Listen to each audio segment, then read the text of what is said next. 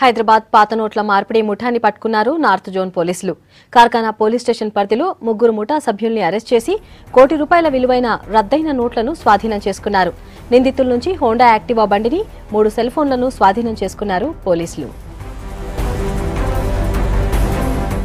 Hyderabad city పోలీస్లో north zone నిన్న crime staff of Karkhana police station under the leadership of ACP Mahankali they got an information that old demonetized currency exchange అవుతుందని అది కూడా SBI కార్ఖానాలో exchange అవుతుందన్న information మీద మనము వెళ్ళి 2 వీలర్తో సహా ఒక ముగ్గురిని మనము పట్టుకోవడం జరిగింది. వాళ్ళ పేర్లు కల్లం రాజేష్, తర్వాత పాలమాకుల అనంత్ రెడ్డి, తర్వాత ఆశగిరి నాగరాజు. తీసి చూస్తే బ్యాగ్లో ఆల్మోస్ట్ ఒక 1 crore ఓల్డ్ కరెన్సీ ఉన్నది.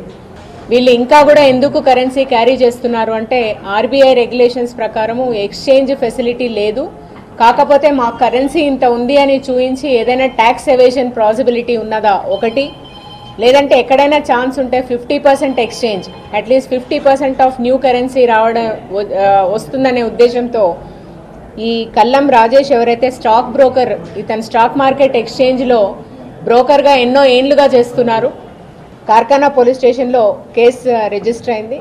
ఇంత 1 crore కరెన్సీ సీజ్ చేయడం జరిగింది.